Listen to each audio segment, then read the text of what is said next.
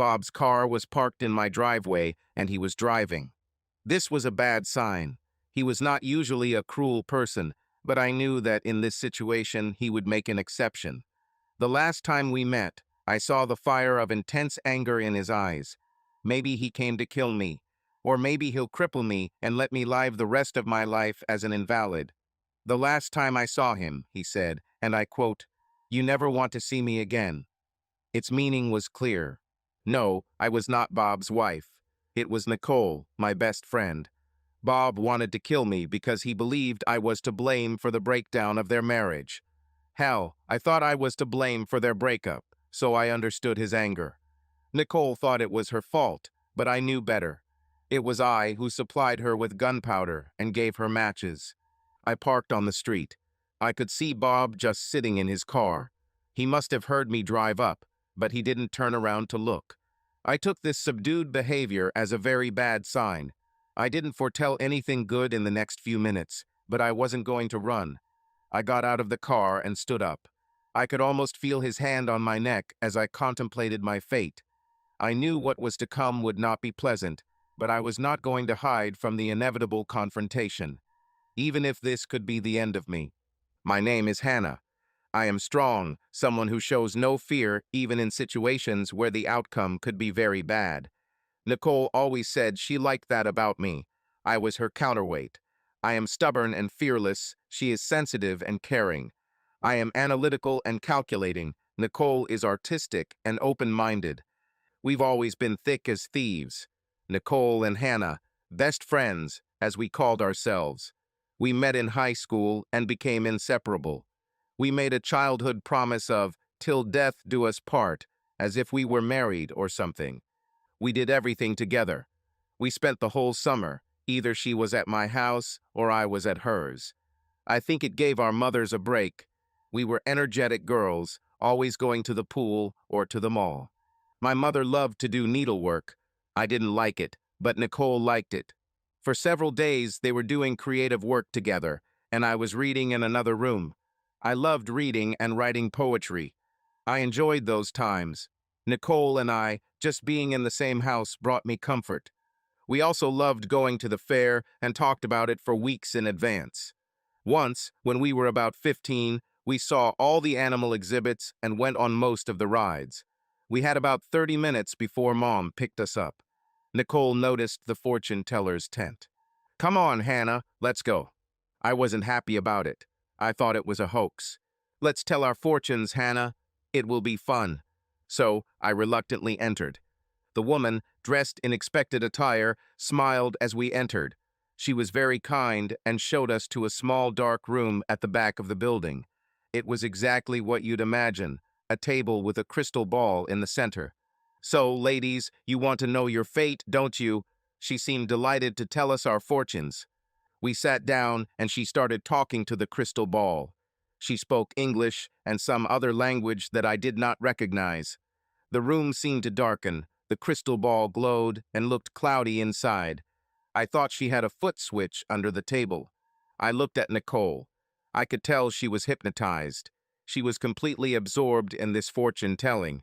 I thought it was pretty cute. The woman spoke to us, saying that we would both grow up to be beautiful women. She said that we would both get an education after school and live in the same city. Nicole was so excited that she clapped and smiled. "Are we going to get married?" Nicole asked. "Yes, you will both get married," said the woman. "How many children will we have?" Nicole asked all the questions. I just sat there and didn't believe all this shit. The woman spoke to the ball in her foreign language, then frowned and said, "The ball doesn't quite understand this topic." Nicole frowned and then asked, "Will we always be best friends?" Hannah and I promised each other that we would always be friends and live in the same city. "Will we grow old together?" The woman looked at the ball and frowned again. She looked uncomfortable and didn't say anything. Then the light in the ball dimmed. "I'm really sorry," the woman said. "The ball has darkened. I can't get any more answers for you today." The woman's pleasant demeanor disappeared as she led us out of the tent. I felt deceived. We only received a couple of replies, and that was the end of it. At the very least, the woman could have given us more time and come up with some more answers to Nicole's questions. I looked at Nicole, and she looked devastated. "I think we've been tricked," I told Nicole. Nicole looked at me as if she had seen a ghost. "She saw something, Hannah. Something bad is in our future." "Come on, Nicole, fortune-telling is all made-up nonsense," I said, and went to meet my mother. Nicole stayed with me that night and was unwell. My mother asked me about this, and I told her about the fortune-teller nonsense. That evening, as we were lying in bed, I heard Nicole crying. It seemed crazy that she could take fortune-telling so seriously, but I felt her sadness and knew that she needed me. I moved closer to her and pressed her to my chest. "There is nothing in this fortune-telling, Nicole. It's all fake." Nicole didn't answer. She just curled up in my arms, as if she was trying to crawl into me. I held her like this for most of the night, knowing that I was helping her overcome her negative thoughts. I think many people thought that we were not straight, and some even asked if that was true. But Nicole and I were never like that. I think in some ways it was. Over the summer, as an adult, I began a hot relationship with a girl named Trish. Neither of us disliked women. We just thought it would be cool to have sex with girls and explored that side of us. By the end of the summer, I was done playing it. After Trish, I never had sex with another girl. She went to her college, and Nicole and I headed to ours. As I said, Nicole and I were inseparable. Nicole and I rented a small apartment off campus and began our college adventure. We both studied nursing. Nicole succeeded, but I barely made it. I think my bad grades were because I was pushing my way through my classmates when I should have been studying. Nicole warned me that I was building a reputation. I did not care. I thought all this drama was jealous girl talk. Because I gave it up, boys didn't have to chase cute girls and beg for privilege. Nicole was much more reserved, but she experienced my outrageousness. I set her up with several guys, and she had sex with some of them, 3 of them to be exact. But she had a bad habit. She would like to keep them after having sex with them. It was like every time she dated a guy, she thought she was in love. Then the guy freaked out and disappeared, and I had to listen to Nicole cry and miss her lost love. The guys didn't want to stay with the girl for long. It was college after all. But despite the fact that we were so different, we remained close. I even took her with me on dates sometimes. I could see the disappointment in the guy's eyes when I showed up on a date with my best friend, but I made it clear that the evening would end well for them. This always reassured them. After the date, we returned to our apartment with another guy. I took him straight to my room. The walls of our cheap apartment were thin, and Nicole must have listened to us hundreds of times. I can be very loud. Sometimes even the neighbors knocked on the wall, so Nicole definitely heard everything, but never mentioned it. It was just our norm. After college, we moved to Seattle, where we both found jobs at the same hospital. I put the brakes on my adventures. I knew I didn't want a bad reputation at work. So I started taking guys more seriously. I became the 3rd date girl. I even enjoyed dating and the prescribed courtship rituals. I even started to think that maybe I could find Mr. Right and settle down, but I couldn't commit my heart to any one guy. Nicole, on the other hand, dated one guy for several months at a time, and they had to agree on exclusivity before she would agree to have sex. But she had several boyfriends, and they had sex. I know because I've heard it a few times, too. Nicole hasn't changed. When her relationship ended, she was devastated. She walked around the house as if it was the end of the world. Even when she was in a relationship, Nicole sometimes fell into a negative frame of mind. She was unhappy about one thing or another, often overthinking things. I could never understand it. At times like these, Nicole would often come into my bedroom after bedtime and ask me to let her sleep with me. I knew she wasn't feeling well and wanted a hug. That's what we called it, hugging. Cuddling meant I held Nicole in my arms all night while she slept in the fetal position. I hugged her and tried to pull all the negative energy out of her. I didn't sleep well on those nights, but I didn't mind. Sometimes we hugged for several nights in a row. Whatever Nicole needed, I was glad to be there. Helping her when she needed me brought me joy. We talked to her about her moods. I even suggested she see a therapist, but Nicole said she didn't think it was necessary. My moods are my reason for us to hug, she smiled. And then she met Bob, and I met Steve. Steve was the only guy who could put me in my place. He wasn't mean, in fact, he was charming, but he didn't put up with my crap. He made me wait for sex. Tall, handsome, and confident, Steve was a handsome man. He told me that when the time is right, it will happen. He said he only has sex in exclusive relationships. Exclusive relationship? I was not familiar with this concept. I've never tried this and never wanted to. But with Steve, I began to explore this concept in my mind. I thought maybe I could be more than just a third date girl. So I tried it. I tried to understand what it was like to be Steve's girlfriend. It took me a while, but I came around to it and finally decided to tell him that I would only be his. Somehow he knew it before I told him. When he brought me home after a wonderful date, he kissed me. "Steve, I want to tell you something." I decided. He put a finger to my lips to silence me. Then he picked me up and carried me to the bedroom. I thought, this must be love. This is what Nicole always talked about with such delight. She had so much of it that it spilled over into every relationship. For me, Steve had to dig deep to find my love, but he reached my depths, and we discovered that she was there, like some buried treasure. We got married 6 months later, and I thought we were the perfect couple. I loved going to dinners and clubs with him and showing off my handsome man. I even forced him to come to the hospital to meet my colleagues. I loved watching my fellow nannies drool over my husband. Oh, and like I said, Nicole met Bob. He was an X-ray technician, and they met in the cafeteria. She was reading some book that Bob was also reading, and he struck up a conversation. He was a quiet guy, a little shy until you got to know him. I think the book gave him the perfect opportunity to talk to her, otherwise he might never have had the courage. Bob and Nicole were a nice, reserved couple who spent their evenings at home watching movies with a big bowl of popcorn. Steve and I loved getting out into the city. Who would have thought that I would get married before Nicole? But she and Bob tied the knot about a year after us. We often went to dinners together. Bob and Steve had very different personalities, but seemed to have many common interests, such as world news, sports, and the like. They got along well. And of course, Nicole and I always got along. After our dinners together, Steve and I would go to bars or dance clubs, and Nicole and Bob would return home.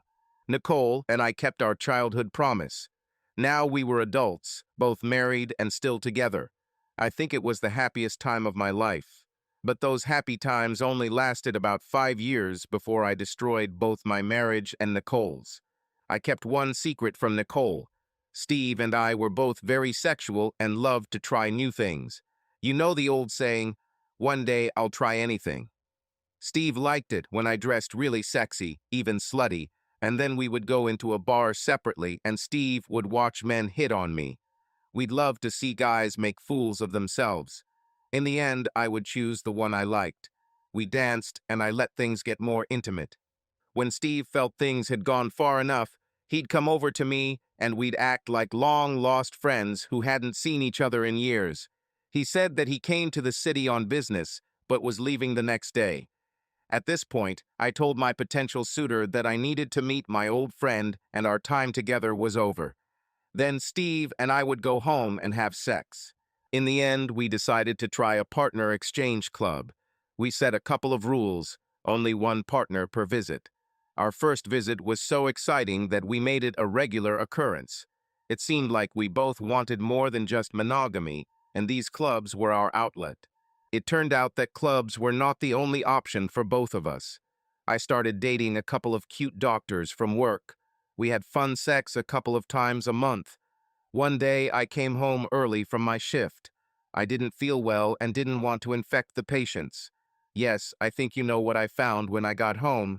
Steve was in bed with some very young girl. I was furious. I know I bullied Steve, but that didn't stop me from raking him over the coals. Steve and I tried to make it work over the next few months. I finally told him that I was dating too. The strain of the lack of trust in both directions was too much for our marriage, and we separated amicably. I don't think either of us ever shed a tear. After it was over, I wondered if we were ever truly in love. In fact, I wondered if I was even capable of doing this. After my divorce, I needed to find a new normal. I still needed sex, so I started hanging out with guys in bars.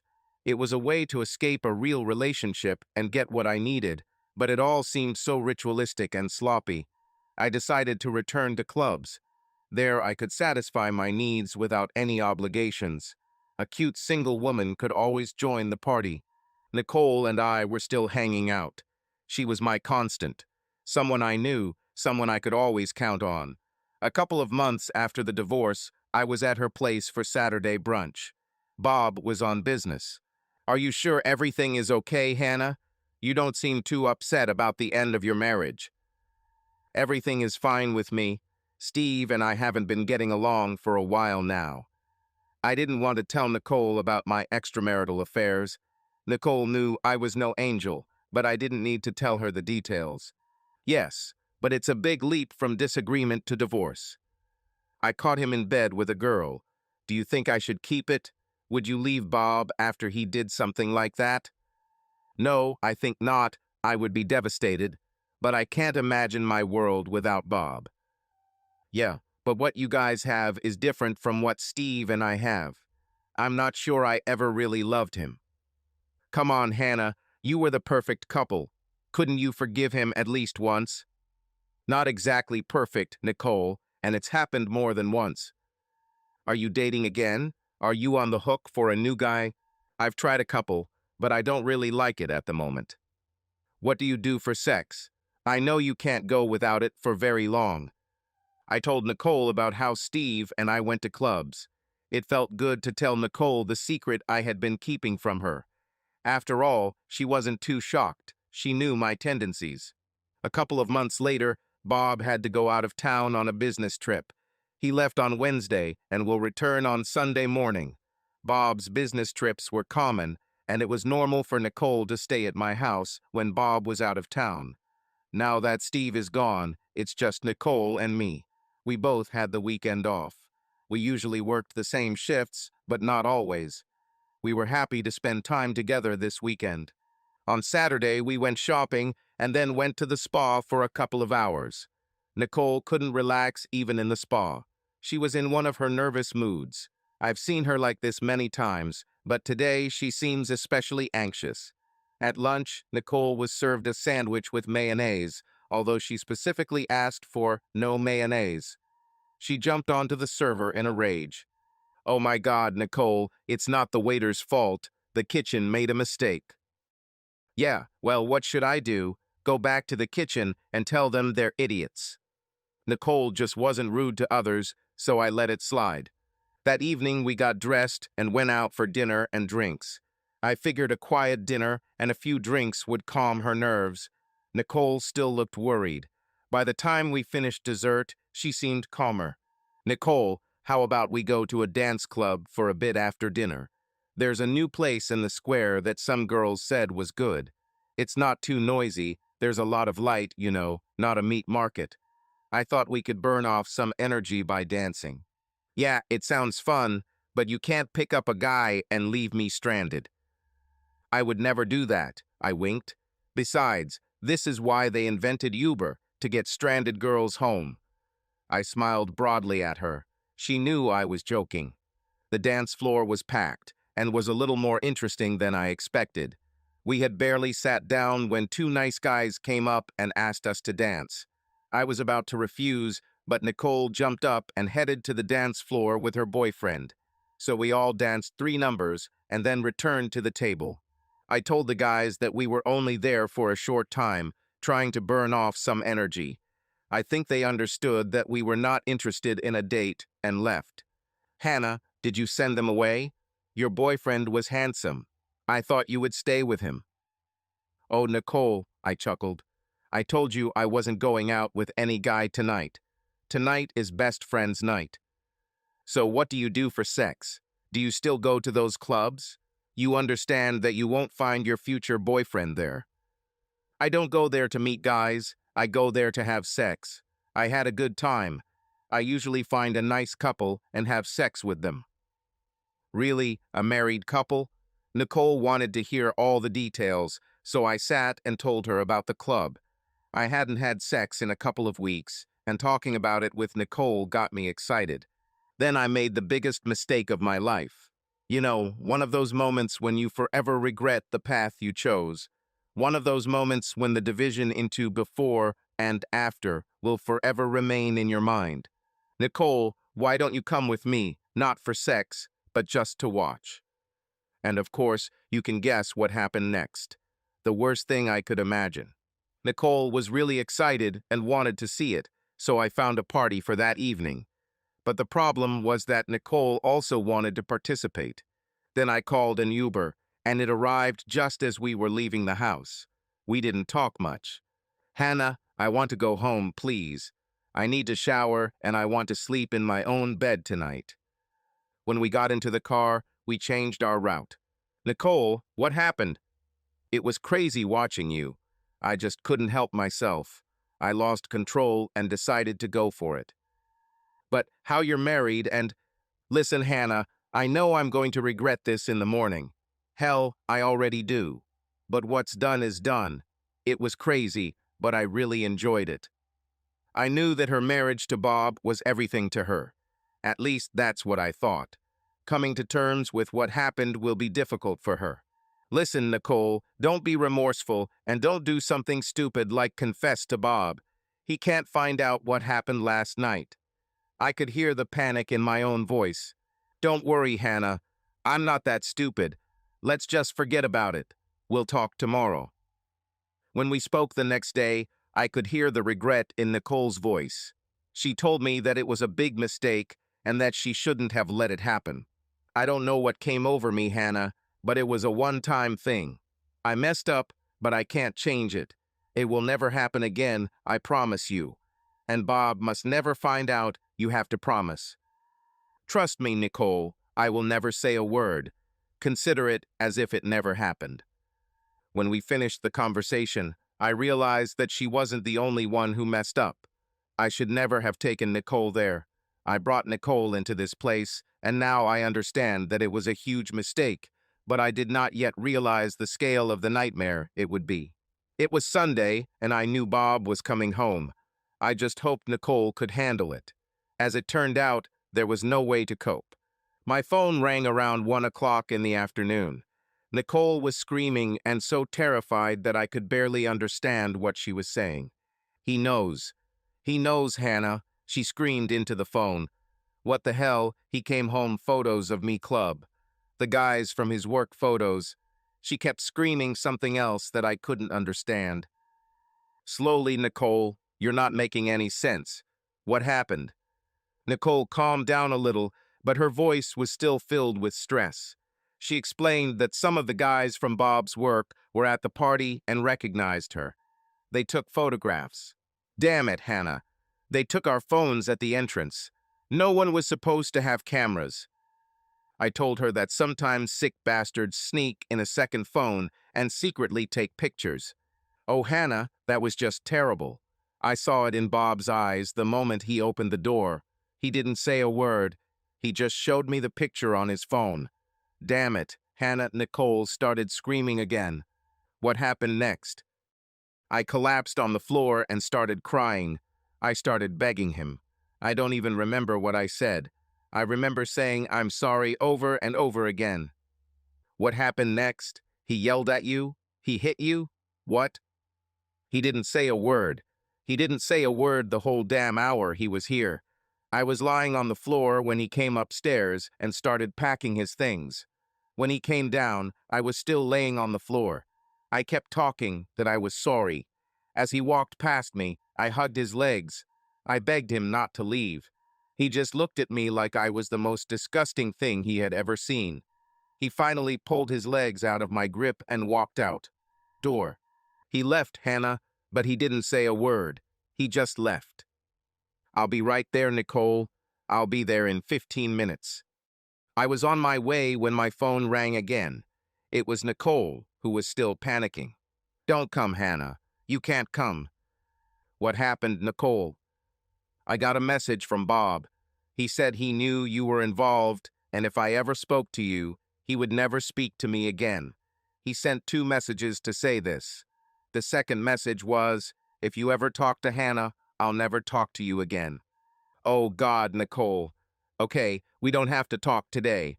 Let's let him cool off. See you at work tomorrow. Nicole didn't come to work on Monday. I asked her boss, and she said Nicole had a personal problem and would be gone for a few days. I took a chance and called Nicole, but she didn't answer. The next few days were painful. There was no connection with Nicole. I finally called Bob, but he didn't answer either. On Wednesday evening around 7 o'clock, Bob knocked on my door. I opened it, and the look on his face scared me. I had never seen him angry, but now there was murder in his eyes. I almost panicked, but I pulled myself together and invited him inside. We stood and looked at each other for several seconds. I expected him to grab me by the throat or maybe pull out a gun. You brought her to the party, right? I simply nodded my head and looked down. How could you do this? Did you want her to become just like you? I didn't know what to say and just looked at him. How can a friend do this? This was the first time. Stop. I know everything. I talked to Nicole. I don't need any more details. I'm only here for one reason. He paused, still looking as if he wanted to strangle me. Don't ever try to contact Nicole again, he said loudly. I know you're trying to call her. I don't know if Nicole and I can fix this, but if we can, she should never talk to you again ever. I'm not used to begging. Usually I set conditions or make demands, but this time I knew what I had to do. Please, Bob, please. You can't do this. She needs me. What? Why does she need you? So that you can arrange more for her? Is that why you want to talk to her? Oh, Bob, it's all my fault. It was a stupid idea to bring her there.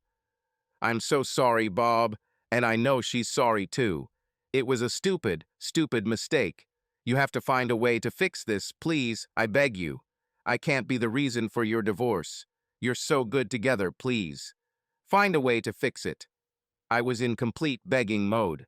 Never, Hannah, don't ever try to talk to her again. If you do and am still with Nicole, I'll leave her that day. You're poison to her. Don't make her run away from you. And I never want to see your face again. If I do, I might kill you. God knows how much I'd like to strangle you right now. Oh God, no. She's my best friend. You can't do this to us. Yes, best friends, right? 2 women of easy virtue, friends. Listen, Hannah, I don't think Nicole and I will be together much longer. Then you can get back together and do whatever you want, as much as you want, whatever. Yes, Bob, you're right. I'm a woman of easy virtue, but Nicole is not like that. I know for sure that she has never done anything like this before. Bob headed towards the door. Never, Hannah. Never talk to Nicole again. And if I see you again, you better run. Bob slammed the door as he left. My knees weakened, and I fell into a chair. Life without Nicole, what will it be like? I realized that I have no other friends. Nicole and I made a promise to spend our lives together, and until that day, I never thought it would be any different. Then I had a terrible thought. Will Nicole leave Bob so we can stay together? God, I hoped not. She needs Bob. She needs him more than she needs me. I prayed that they would find a way to fix this so that Nicole's heart wouldn't be torn apart by us. I knew mine would be torn apart without Nicole. Bob sits in my driveway. I step out to meet my fate. God, how I wish my thoughts from that day could come true. I wish that when I walked up to Bob's driver's door, he would jump out and wrap his arms around my neck. I'm not saying this figuratively. I wanted him to jump out and kill me. I would be scared, knowing that this was my end, but the world would go out and my pain would end that day. As it turns out, the true pain and reason I wanted Bob to strangle me that day and take my life had just been revealed. When I looked out the window, I saw Bob had tears streaming down his face. I opened the door and Bob turned, jumped out, and hugged me. He didn't choke me, he hugged me and cried. She's gone, Hannah. Nicole's gone. I couldn't understand what he was saying. I could not understand the meaning of his words. I pulled away from him to look at his face. She's dead, Hannah. He paused for a moment. She took a lot of pills yesterday. I stayed at a hotel, and when I came back this morning, I found her in our bedroom. She was cold, Hannah. They didn't even take her to the hospital. They sent her straight to the coroner. He started crying again, and I hugged him again. I think I lost consciousness or was on the verge. The next thing I remember, I was lying on the couch in my living room with a towel on my forehead. Bob sat lifeless in a chair across the room. His eyes were open, but he didn't seem to be there. I stood up and grabbed a glass of water, then came back and sat back on the couch. How could Nicole, my Nicole, do this? I lay on the sofa and looked at the ceiling. My mind was numb as if the world had ended. Nicole took my world with her. Tears streamed down both sides of my face. I didn't cry out loud, but thick tears flowed from my eyes. Numbness took over my brain. I couldn't move. I didn't need to move. My body felt like lead. I looked at the ceiling. My eyes did not move in any direction. I'm not sure how long I lay there, but at some point I realized that it was already dark. I looked around. Bob was still sitting in the chair. He was in the same condition as me. I went over and woke him up. He just looked at me. Go sleep in my bed tonight, Bob. I'm sleeping on the couch. We'll decide what to do tomorrow morning. He didn't say anything, but obeyed my instructions. I threw back the blanket and he lay down. I took off his shoes and covered him. A couple of minutes later, I returned with 2 tablets and a glass of water. A few minutes later, I was back on the couch. I took the same mixture. Oh my God, Nicole, why? Why did you do that? I said the words out loud, as if she could hear me. What have I done? I thought, lying and looking at the ceiling before some kind of fatigue made me lose consciousness. I got up at 7 in the morning and sat on the edge of the bed, waking Bob. Bob, do you need to go somewhere today? What do we do next? He stood up and looked around. Give me a minute to wake up and I'll come down. I made coffee and had just poured it when Bob entered. We looked at each other sadly, then hugged. We started crying again. We stood there hugging each other and crying until we had cried out all our tears. Bob pulled away and looked at me, neither of us saying a word.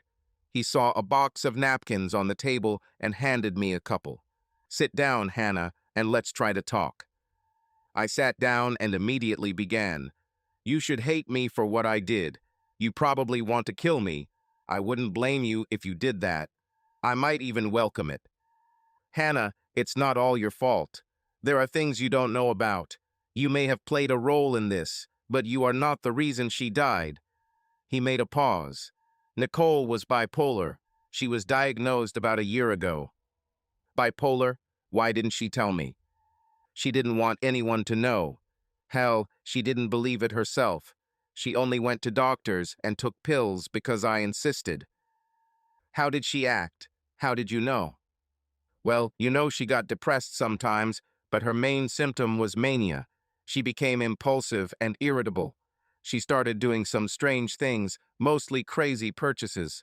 One day, she bought $900 worth of dishes that we didn't need. And a month later, I bought $700 worth of lingerie.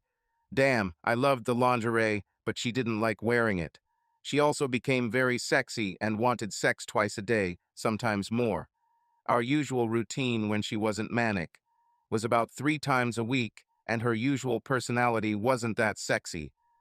Wow, Bob, I had no idea anything was going on. Yes, she was very ashamed to think of herself as mentally ill.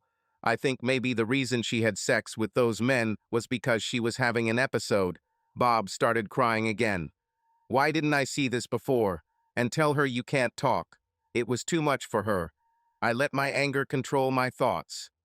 Bob almost choked. I failed her. I failed my Nicole.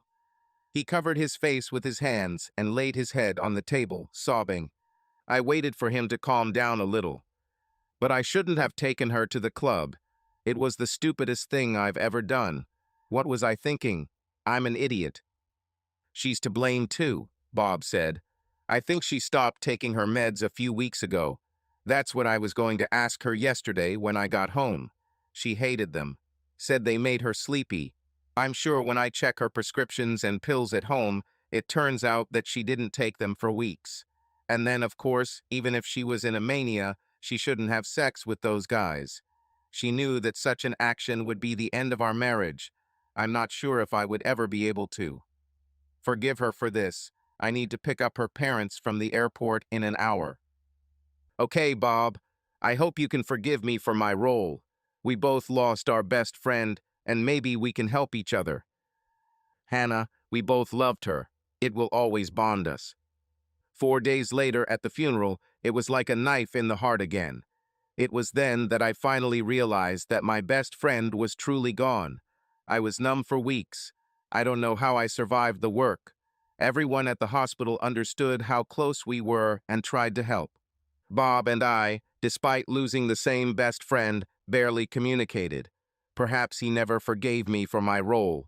Who could blame him? I didn't really want to communicate with him because I knew it would only remind me of the pain. But for me, the pain never went away. After about a year, I needed to leave Seattle and accepted a job at a clinic in the Bay Area. Hours of work were more stable, 10 hours a day, 4 days a week. I liked the place, but I didn't make many friends. I started drinking more, and with my set schedule, I started drinking on Thursdays and continued drinking or being drunk until Saturday night. I used Sundays for recovery. It's sad to say, but often when I went shopping or for a bottle, I was drunk. I was driving drunk and didn't care about it. I didn't care about anything. I just lived day by day. I started going to bars on Saturday nights with the sole purpose of finding sex. If I couldn't find someone decent early in the evening, I ended up with a loser. We usually went back to his disgusting place where I would do some pretty disgusting things. I don't know how I avoided getting sick. About 4 years after moving south, my Jerry showed up. He looked like your typical loser from the bar. I would describe him as a biker, although it turns out he's not into motorcycles. He was a mechanic. Jerry was a big man with a big belly, a full beard, boots, and yes, a lot of tattoos. It was late at the bar, and no one was interested in me, except one guy who, after I accepted a few drinks from him, started telling me all the things we were going to do together. I was already very drunk, but I decided that this guy was too slippery, and I needed to get rid of him. Jerry came over to our table and started talking to me as if we were old friends. I could see Mr. was annoyed when Jerry asked if I could sit down. I was more than glad that he joined us. Jerry and I started talking and ignoring Mr. Jerk, who eventually became angry. "Listen, boy," said the jerk, "I already put a few drinks into this girl tonight, and we were getting ready to leave." He looked at me, expecting me to confirm his words, but I didn't say anything. Jerry slowly stood up and looked at the jerk. I looked up at Jerry, and he looked like a mountain. "Yes, that's exactly what you do. You're leaving." He paused, looking down. He was about 15 centimeters taller and weighed 30 kilograms more than MRP, who suddenly felt very uncomfortable. "Well, if you're old friends, then I guess I can leave you alone," he said, trying to find a way to leave without looking at the same time a coward. Even in my drunken state, I was impressed. This guy was masculine, and I wanted to sleep with him. "Can we leave here?" I asked, smiling. "Of course, honey. Where do you live? I'll take you home." "Can we go to your place? I don't live close. I can catch a taxi in the morning." I hoped I was sending a signal to Mr. Mountain that I wanted sex. "Of course, I'll take you to my place if that's what you want." "By the way, what is your name?" I asked. I burst into Jerry's house. Not a bad place for a biker guy, I thought. Not luxurious, but well-maintained. I sat down on the couch and Jerry came back with my drink. Water. It was unexpected. He left and returned a few minutes later with blankets and a pillow. "You can sleep here on the couch," he said. He put down the blankets and I jumped up and hugged him. Most Saturday nights I was just satisfying my desire, but I liked this guy and I especially wanted him. I stood up on my toes to reach his face and started kissing him. He kissed me back for a moment, then took my hands and brought them down to my sides. "Not today, honey," he said in his deep voice. "Not today. Can a girl be too drunk for sex? I was clearly angry at being rejected. Yeah, maybe you're too drunk. I've never heard such crap in my life. I want sex. Take me to bed, I blurted out. Jerry's voice became quiet and calm, as if he wanted to get his message across clearly. Listen, Hannah, you are a beautiful woman, and even drunk, I can see that you are educated. Probably a teacher or something. Nurse, I muttered. I don't know what you were doing in this bar, but you're only here with me because you're drunk. In the morning, you will sober up. You'll see who you're with and want to sneak away. Then, if we see each other again, you will pretend that you don't recognize me. If you still want sex in the morning when you see me with sober eyes, I'll be here for you. I wanted to slap him. Hell, I wanted to sleep with him. It wasn't discussed, so I slept on Jerry's couch. The next morning, he was preparing breakfast as I tried to shake off the haze of a hangover. Last night was a blur, but I remembered what happened. Mr. Jerk tried to get me drunk, and Mr. Mountain said I was too drunk. The irony made me smile.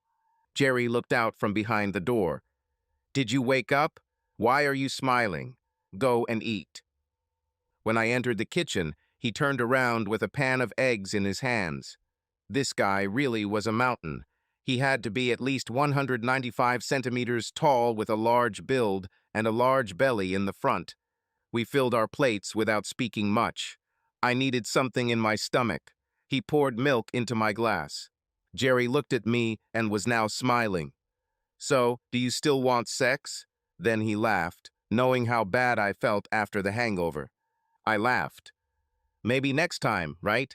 Next time I won't drink so much. Yes, next time, he smiled.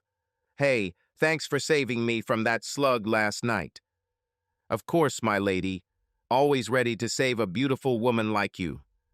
Damn, he called me beautiful again, and I'm sure I wasn't very beautiful last night when I was stumbling and slurring my words, and I certainly didn't feel beautiful this morning.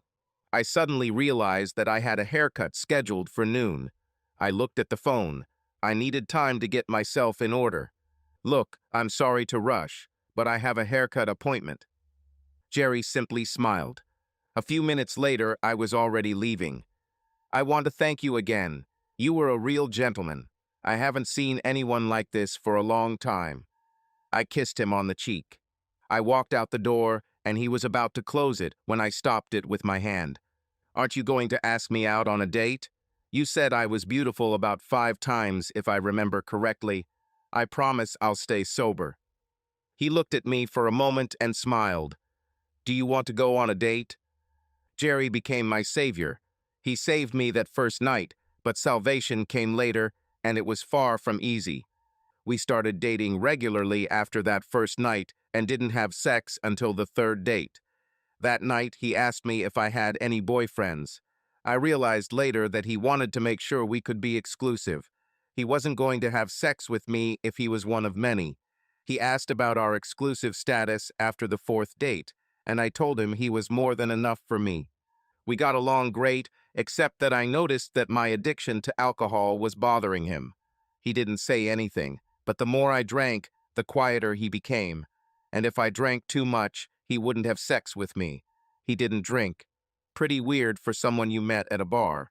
When I asked him about it, he said that he had a problem with alcohol. In fact, he said that he was dependent on alcoholic beverages and had not drunk for 5 years. Then what were you doing at the bar when we met? I was there with friends, drinking my regular water. But you were alone when you came to our table. Yes, I stayed after they left. Why did you stay after they left? Did you need to finish your water? I understood that something didn't add up here. I was watching you. But you didn't know me. Why were you watching me? We didn't even have sex after we ended up with you. Because I saw that you were drunk, and I realized that that guy could take advantage of you. I think I fell in love with Jerry at that moment. This proud man, who looked like a biker, had so much compassion that he stayed to look after the drunken stranger. A stranger that he wouldn't use and thought I was too good for him. He literally said I would never be sober with him. We got along great, and one evening at his house, I expected to watch a movie and cuddle. After a light dinner, Jerry had a serious expression on his face. I knew something had changed, and he wasn't himself. What happened, Jerry? Is there something wrong? Hannah, I really love you, and we've gotten closer, haven't we?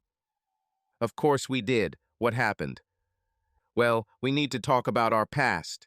I know some things, but we haven't told each other everything. Everything, Jerry? What do you mean, everything? You're in pain, Hannah. You haven't told me why you're in so much pain. My pain. My pain, well, it was something, but I'm happy to be with you. My pain is in the past.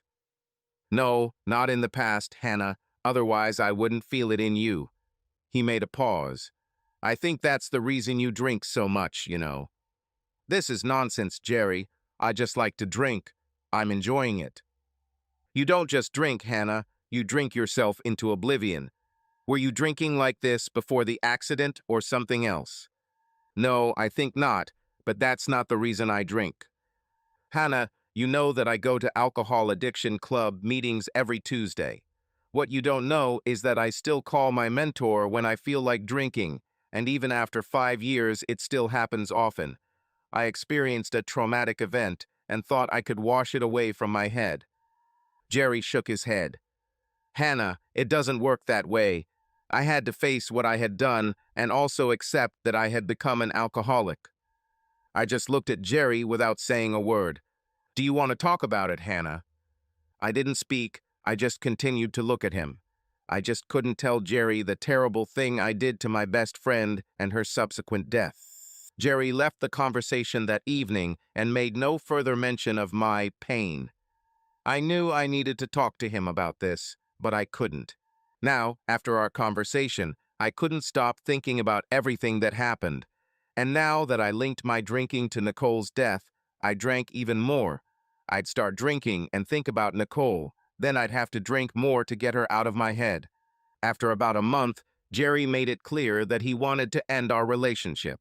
He invited me to dinner and told me that he thought our relationship had gone as far as it could go. I knew he gave me the opportunity to tell him my story, but I couldn't. I couldn't bring Nicole and that pain to the Bay. I thought I left it in Seattle. Now things were getting worse. I needed to drink to keep her out of my head, and Jerry, being an alcoholic, couldn't live with the same thing. I couldn't face it that night, and his confrontation about my pain made me as angry as him leaving me. I'm not an alcoholic, Jerry, I blurted out. Okay, it's over. I screamed so loudly that everyone in the place knew what was happening as I ran out the door. My name is Nicole, and I have a drinking problem, I said from the threshold of the large conference room. Jerry's face contorted in shock. He jumped up and escorted me to his seat, then pulled out another chair and sat down next to me. He held my hand that first evening. No, I didn't tell everyone my story that first night. I just sat quietly and listened to others. I told Jerry the whole story at his house later that night. I cried most of the time, but I began to realize that I couldn't run away from the pain, and God, how I still missed Nicole. Jerry told me his story. He was drunk driving and crashed into the side of a man's car. At first, it was not clear whether the man would survive, and he had 3 children. But he survived, and his only long-term injury was a limp. Jerry received 4 years and served almost 2. Jerry, like me, tried to use alcohol to cope with the pain. Therapy helped me. Eventually, I contacted Bob again and learned that he had remarried and now had 2 children. This helped too. I can't say I ever got over it. The pain of losing Nicole is still with me. I think about her almost every day. I posted pictures of her in our home and believe that she is with us every day. She is still my best friend, and I will meet her again in the afterlife. I firmly believe in this. Yes, Jerry and I got married. We never had children. We started too late. With Jerry, I know I have found true love. We may seem like an odd couple, but we are 2 lost people who found each other for the rest of our journey. I thank God regularly for this. We have a quiet love, and I try to be there for Jerry as much as he is there for me. We're in our 70s now, so I'll be with Nicole again soon, and Jerry will be there too at some point. I still miss her every day and wish that things had turned out differently, that I had made different choices. So be careful with your choices. Time is a one-way road and you can't go back. Subscribe to our channel so that your love doesn't cheat on you, and go ahead and listen to the next story, because this story is nothing compared to the next one. If you're under 18, don't even think. Click to the next one. Click to the next one. Click to the next one.